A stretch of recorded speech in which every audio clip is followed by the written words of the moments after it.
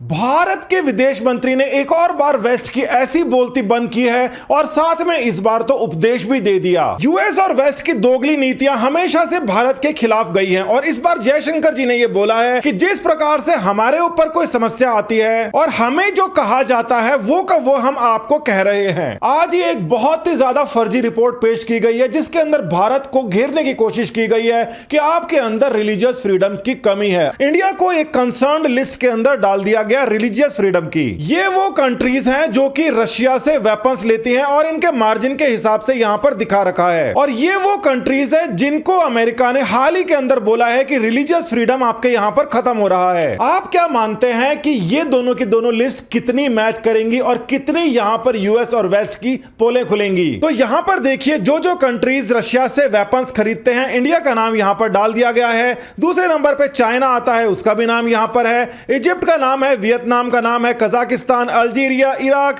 सभी का तकरीबन नाम यहां पर मौजूद है। सारी की सारी बात ट्रेड की है। रशिया के साथ में भारत का बहुत ज्यादा ट्रेड नहीं है, वेपन्स का ट्रेड है। और ये बाकी जो कंट्रीज भी रशिया के साथ वेपन्स का ट्रेड करती हैं, इन सभी के ऊपर ही एक ही तरीके के आरोप लगा देने को आप क्या कहेंगे? अब समस्या यहां पर आती है कि ये जो ज्ञानी भारत को उपदेश दे रहे थे कि आप व्यापार को बढ़ाओ, ये अब कह रहे हैं कि रशिया के साथ व्यापार को घटाओ क्योंकि हम भी व्यापार को घटा रहे हैं। इसका मतलब इस बात को जयशंकर जी ने हाईलाइट कर दिया कि आप जो बात बोलते थे वो झूठ बोला करते थे, ये आप ही ने स्वीकार कर ली है। ये जो वर्ल्ड का मैप इन्होंने जारी किया है जिसके अंदर अलग अलग कलर भरे हैं, इसके अंदर एक बात बिल्कुल क्लियर है, जो भी कंट्री अमेरिका से हथियार खरीदेगी वो सभी के सभी पाक साफ मानी जाएंगी। अमेरिका और वेस्ट की यही जो गलतियां हैं और आपस के अंदर एक दूसरे का व्यापार को काटने की जो स्थिति है, उसकी वजह से आज हम कहां पहुंच गए। रशिया की तरफ से एक बहुत ही ज्यादा सीरियस वार्निंग आई है और सीरियस इसलिए क्योंकि रशिया ने पहली बार स्वीकार किया है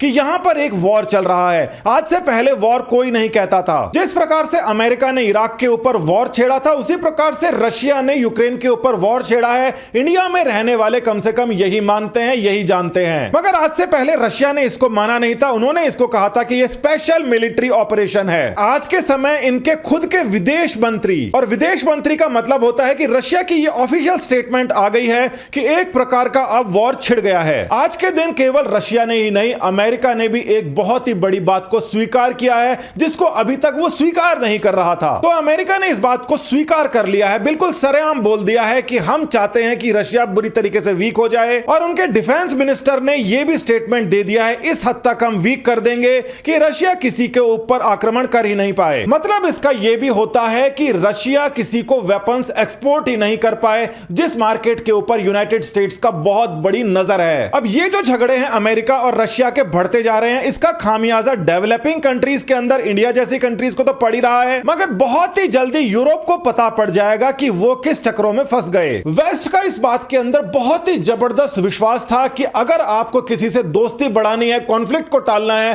तो ट्रेड करो। मगर यूनाइटेड स्टेट्स के सैंक्शंस लगाने के बाद में इस ट्रेड से हाथ धोना पड़ा पूरे के पूरे यूरोप को। यूरोप ने जो सैंक्शंस लगाए, इसका जवाब रशिया को देना पड़ा और रशिया ने यह कहा कि मैं अब रूबल के अंदर पेमेंट लूंगा। और इसके बाद में देखा गया कि रूबल इस समय 2 साल के उच्चतम स्तर पर पहुंच गया है। शुरुआत के अंदर यूरोपियन कंट्रीज इतनी ज्यादा इंटरेस्टेड नहीं थी रशिया के ऊपर सैंक्शंस लगाने में। पोलैंड के साथ में भी मिग को लेकर बहुत बड़ी कंट्रोवर्सी हुई थी, मगर हालत कहां पहुंच गए। रशिया की तरफ से जितनी भी ये गैस लाइंस जाती हैं और ऑयल लाइंस जाती हैं, उसके अंदर पोलैंड ने मना कर दिया, रूबल में पेमेंट नहीं करूंगा।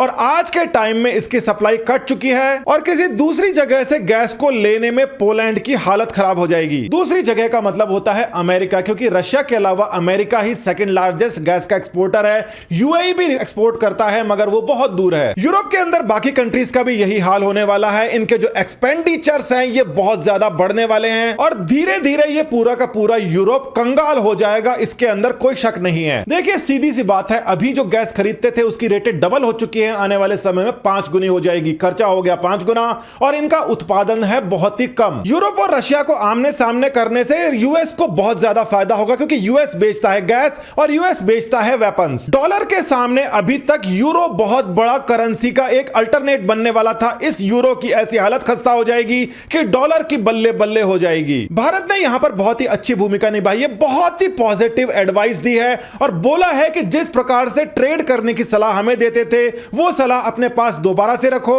और ट्रेड को बढ़ाओ। इस वाले स्टेटमेंट के दो मतलब निकलते हैं। पहला तो यह निकलता है कि कटाक्ष है, मगर प्रॉपरली अगर इसको समझा जाए तो यह ही एकमात्र चारा है। यहां से आगे जो बात जाएगी वो यूरोप की तबाही की तरफ जा सकती है। जयशंकर जी ने यह भी कहा कि देखिए इंडिया की पोजीशन है, आक्रांता इधर से आए थे और ब्रिटिशर्स कॉलोनी बनाने इधर से आए थे। बहुत ही लंबे समय की वजह से ये दोनों के दोनों जो फोर्सेस थी, इन्होंने इंडिया का बहुत नुकसान किया और खासकर नुकसान किया ट्रेड का। उनके इस बयान से यह बात बिल्कुल क्लियर हो जाता है कि ये जो कॉलोनियल टाइम था जिसने इंडिया का ट्रेड बिगाड़ा, इसके पहले वाली स्थिति को लाने के लिए भारत बहुत तेजी से आगे बढ़ रहा है। और क्योंकि सभी देश भारत को इतना इंपॉर्टेंट आज के टाइम मान रहे हैं, इसका मतलब वो सक्सेसफुल भी होता जा रहा है। नमस्कार, धन्यवाद, जय हिंद।